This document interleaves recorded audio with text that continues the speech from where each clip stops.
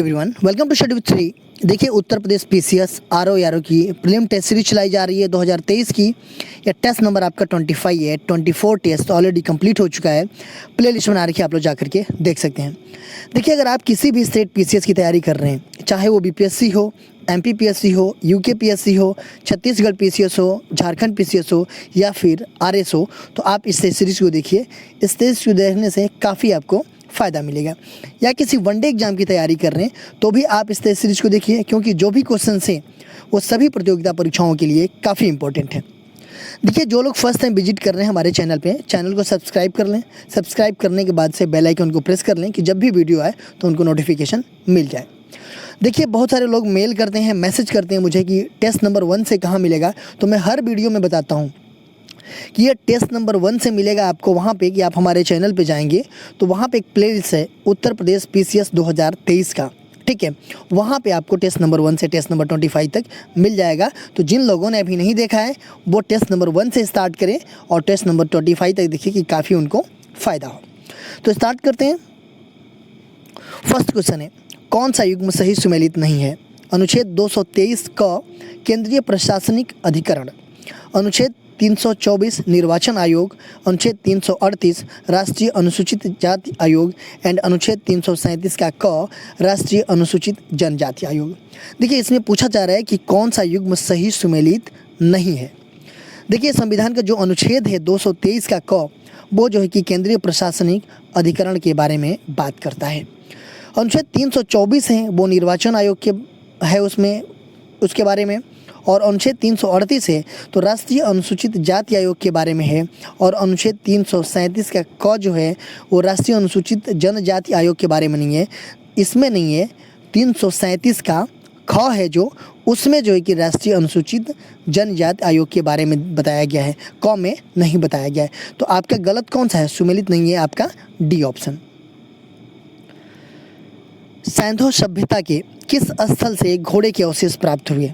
रोपड़, कालीबंगा, सुरकोटदा, लोथल। पूछा जा रहा है कि सैंधव सभ्यता के कौन सा वो स्थान है जहाँ से घोड़े के अवशेष प्राप्त हुए हैं? किस स्थान से प्राप्त हुए हैं? तो वो सुरकोटदा से प्राप्त हुए हैं।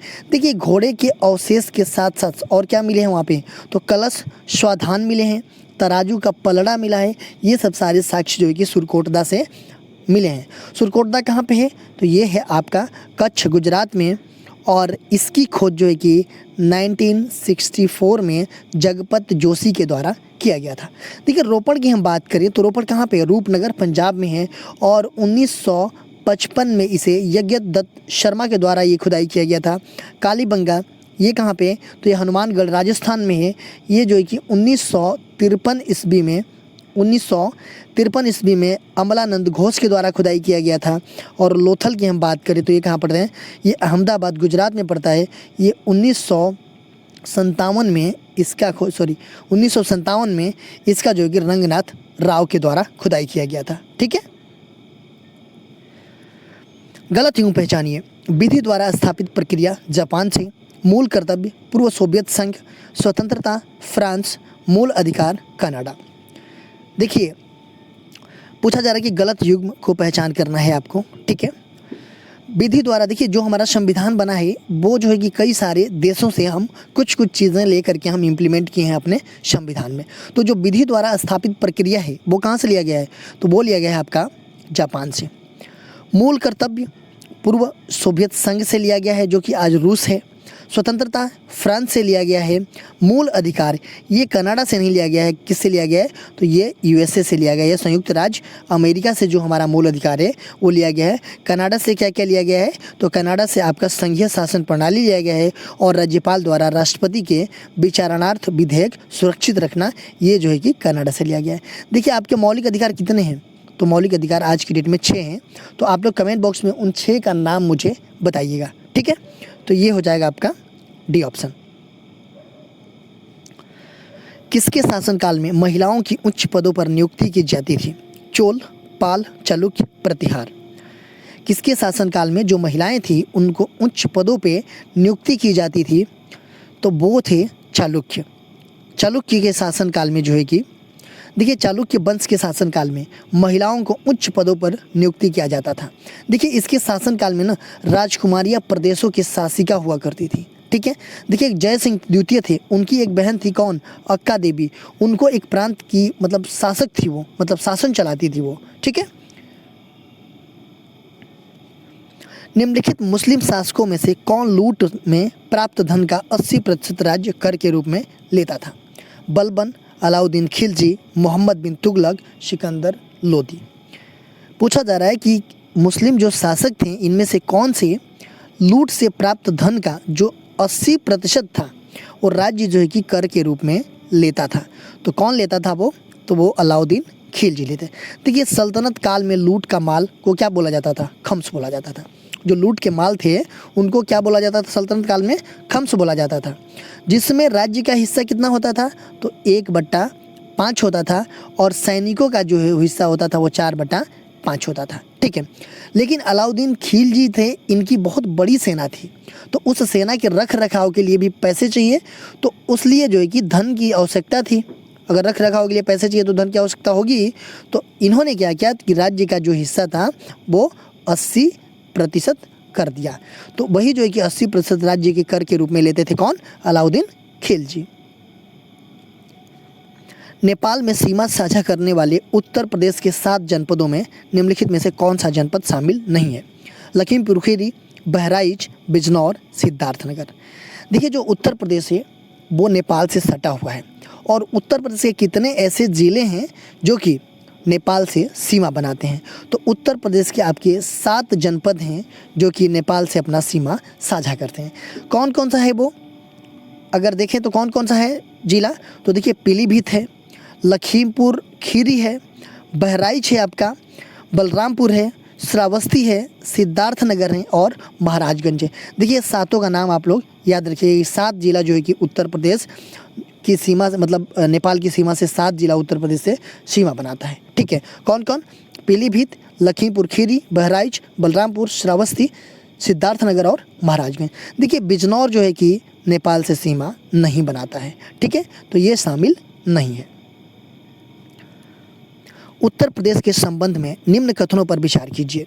उत्तर प्रदेश 1 अप्रैल 1937 को ब्रिटिश शासन के दौरान संयुक्त प्रांत आगरा व अवध के रूप में स्थापित किया गया था। दूसरा है कि ब्रिटिश शासनकाल में इसे यूनाइटेड प्रोविंस कहा जाता था, जो कि 1947 में बदल करके उत्तर प्रदेश किया गया। इसमें से सही कथन आपको बताना है। देखिए उत्तर प्रदेश जो है वो 1 अप्रैल 1937 को ब्रिटिश शासन के दौरान संयुक्त प्रांत आगरा व अवध के रूप में स्थापित किया गया था। बिल्कुल सही है। ब्रिटिश शासनकाल में इसे क्या बोला जाता था? यूनाइटेड प्रोविंस बोला जाता था। ठीक है, ब्रिटिश शासनकाल में। लेकिन इसका नाम जो है कि कब बदल करके उत्तर प्रदेश हुआ? तो इसका नाम जो है कि 24 जनवरी 1950 को बदल करके उत्तर प्रदेश हुआ, 1947 को नहीं, 24 जनवरी 1950 को। ठीक है, 24 जनवरी 1950 को जो है कि उत्तर प्रदेश का नाम उत्तर प्रदेश पड़ा। इसके पहले जो है कि जो ब्रिटिश शासनकाल था उसमें हम जो है कि यूनाइटेड प्रोविंस के नाम से जानते थे। ठीक है, तो ये जो है कि दूसरा आपका क्या है? दूसरा आपका गलत है, क्योंकि ये जो है कि 1947 में नहीं ना, 1950 में इसका नाम चेंज हुआ। तो इसमें केवल आपका एक सही है, तो ए ऑप्शन हो जाएगा। निम्न कथनों पर विचार कीजिए। उत्तर प्रदेश राज्य उत्तर में नेपाल को छूता है। दूसरा है कि उत्तर प्रदेश राज्य के पश्चिम में हरियाणा, दिल्ली तथा राजस्थान है, जबकि पूर्व में बिहार तथा झारखंड राज्य स्थापित है। देखिए इसमें सही कथन आपको बताना है। ठीक है, तो देखिए मैप में पहले चलते हैं, मैप में। ठीक है, देखिए मैप है आपका, इसमें था कि उत्तर में नेपाल है। देखिए ये उत्तर है आपका, यूपी के उत्तर में नेपाल है, बिल्कुल सही है। देखिए उत्तर में उत्तराखंड भी पड़ता है। ठीक है, उसके बाद से था क्वेश्चंस में कि पश्चिम में हरियाणा है। देखिए पश्चिम में आपका हरियाणा भी है, राजस्थान भी है और आपका दिल्ली भी है। ठीक है, हरियाणा, राजस्थान और दिल्ली जो है कि पश्चिम में है। पूर्व में क्या है? पूर्व में देखिए बिहार है और झारखंड है। ठीक है, उत्तर प्रदेश। तो यही सब सारी चीज़ें था इसमें। तो ये देखिए ये क्वेश्चन था ना आपका कि उत्तर प्रदेश राज्य उत्तर में नेपाल को छूता है। बिल्कुल सही है, मैप में हम लोगों ने देख लिया। उत्तर प्रदेश राज्य के पश्चिम में क्या है, हरियाणा है, दिल्ली है और राजस्थान है। और पूर्व में क्या है, बिहार है और झारखंड है। मैप में बिल्कुल सही था, तो ये भी सही है आपका। तो ये हो जाएगा आपका 1 और 2 दोनों।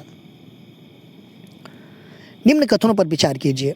उत्तर प्रदेश का ज्ञात इतिहास लगभग 4000 वर्ष पुराना है, जब आर्यों ने अपना पहला कदम इस पर रखा था।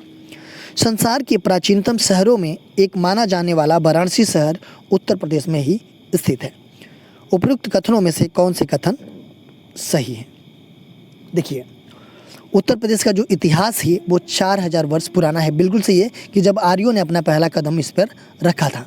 और संसार का जो प्राचीनतम शहरों में से एक माने जाने वाला जो वाराणसी शहर है, बनारस है, वो कहाँ पे? तो वो उत्तर प्रदेश में ही सिचुएटेड है। देखिए वाराणसी है ना, जो यहाँ पे मोदी जी का संसदीय क्षेत्र है ये, ठीक है। तो ये हो जाएगा आपका, दूसरा भी सही है। तो ये होगा आपका 1 और 2 दोनों, सी ऑप्शन। उत्तर प्रदेश की पूर्वी व पश्चिमी सीमा का निर्धारण किन नदियों के द्वारा किया जाता है?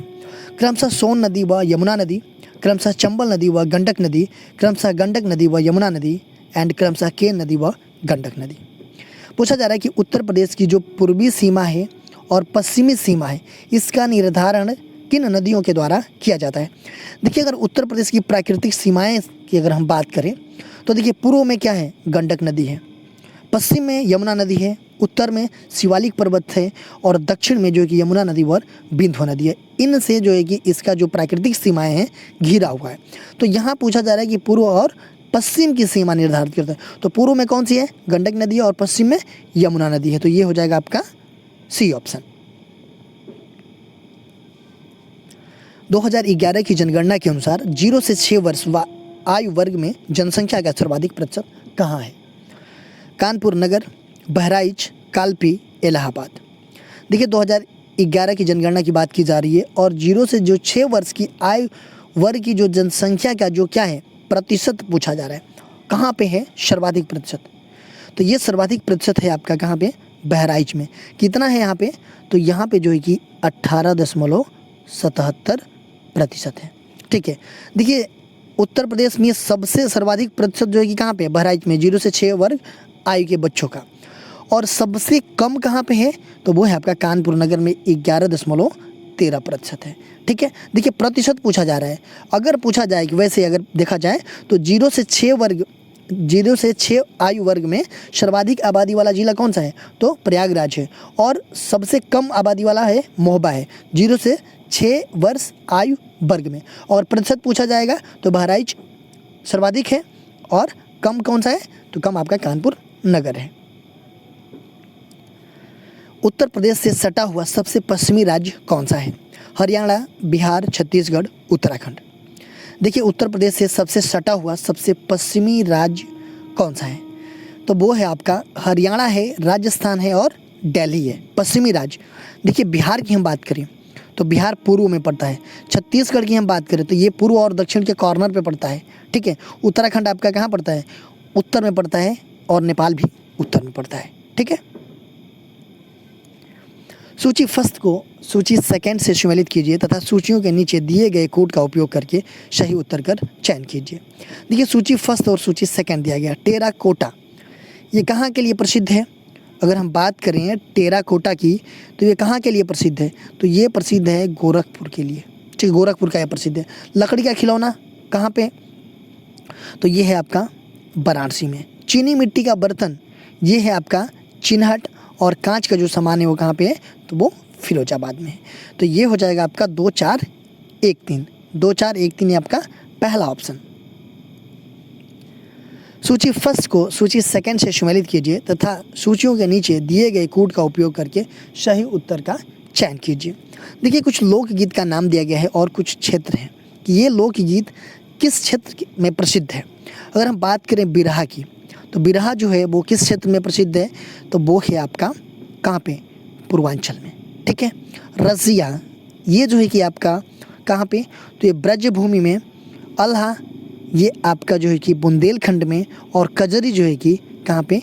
तो ये अवध में।